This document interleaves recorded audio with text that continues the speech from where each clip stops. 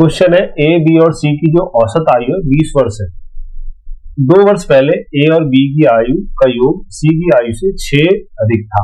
सी की वर्तमान आयु ज्ञात कीजिए। अब हमें क्या दिया हुआ है, ए बी सी की जो औसत आयु है वो 20 वर्ष है।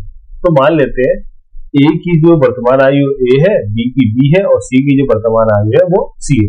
अब क्या दिया हुआ है, ए बी सी की जो औसत आयु जो है वो 20 साल है, यानी कि ए प्लस बी प्लस सी बराबर, तीनों की अगर हम आयु को जोड़ दें तो कितना हो जाएगा 20 गुणा 3, यानी कि ए प्लस बी प्लस सी बराबर 7।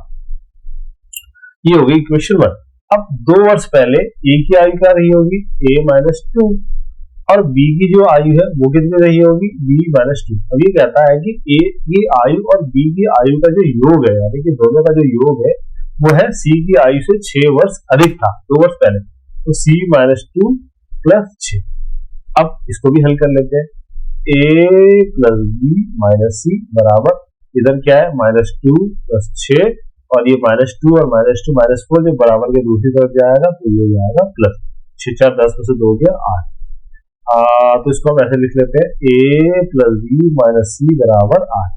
ये हो जाएगा इक्वेशन 2। इक्वेशन 1 इक्वेशन 2 को हम ऐड कर देते हैं, यानी कि 1 प्लस 2 कर देते हैं।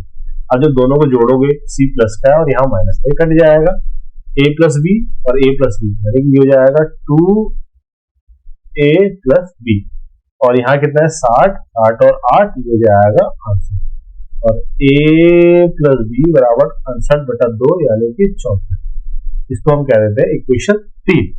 अब a प्लस सी जो है वो 60 के बराबर है और a प्लस बी जो है वो 34 के बराबर है। तो यहाँ से अगर हम c निकालें, यानी कि एक में से अगर हम 3 को घटा दें, एक में से 3 को घटा दें तो c बराबर आ जाएगा 60 माइनस 34 यानी कि 26।